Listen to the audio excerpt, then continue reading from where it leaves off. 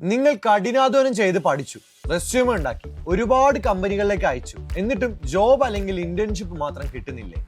നിങ്ങളുടെ റെസ്യൂമെ കാണുമ്പോൾ തന്നെ HR ടീം അതിനെ റിജക്ട് ചെയ്യുന്നുണ്ടോ? എന്തുകൊണ്ടാണ് ഇങ്ങനെയൊക്കെ സംഭവിക്കുന്നതെന്ന് ചിന്തിച്ചിട്ടുണ്ടോ?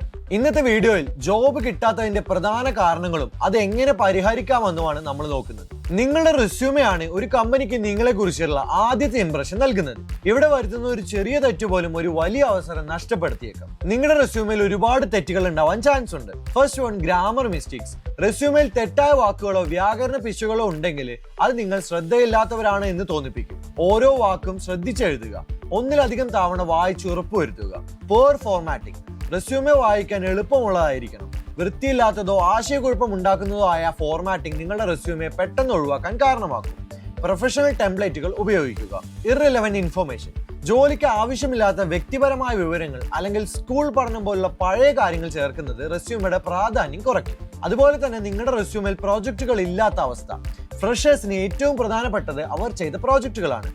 പ്രൊജക്റ്റുകൾ ഇല്ലാത്ത റെസ്യൂമുകൾ പലപ്പോഴും പരിഗണന ലഭിക്കാറില്ല. പഠിച്ച കാര്യങ്ങൾ വെറും തിയറിയായി മാത്രം നിലനിർത്തരുത്. നിങ്ങൾക്ക് ഒരു ഇന്റേൺഷിപ്പ് അല്ലെങ്കിൽ ജോലി ലഭിക്കണമെങ്കിൽ നിങ്ങൾക്ക് പ്രായോഗികമായ അറിവുണ്ടെന്ന് തെളിയിക്കണം. എന്തുകൊണ്ടാണ് ഞാൻ പ്രോജക്റ്റുകളിൽ ഇത്രയും ഊന്നൽ നൽകുന്നതെന്ന് പറയാം. പ്രൊജക്റ്റുകൾ നിങ്ങളുടെ basic skills, problem solving skill, അതേപോലെ തന്നെ ടീം വർക്ക് ഇതെല്ലാം തെളിയിക്കാൻ സഹായിക്കും. GitHub.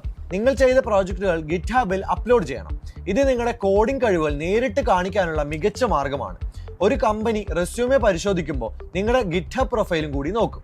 ഇന്നത്തെ കാലത്ത് ജോലി കണ്ടെത്താനുള്ള ഏറ്റവും നല്ല പ്ലാറ്റ്ഫോമുകളിൽ ഒന്നാണ് LinkedIn.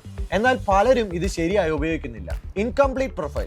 നിങ്ങളുടെ LinkedIn പ്രൊഫൈൽ പൂർണ്ണവും പ്രൊഫഷണലുമായിരിക്കണം. നിങ്ങളുടെ കഴിവുകൾ, പ്രോജക്റ്റുകൾ, അക്കാഡമിക് വിവരങ്ങൾ എന്നിവ വ്യക്തമായി അതിനകത്ത് രേഖപ്പെടുത്തിയിട്ടുണ്ടായിരിക്കണം. No networking. കമ്പനികളിലെ HR മാനേജർമാരുമായും നിങ്ങൾ ആഗ്രഹിക്കുന്ന മേഖലകളിലെ പ്രൊഫഷണലുകളുമായും നിങ്ങൾ ബന്ധം സ്ഥാപിക്കുക.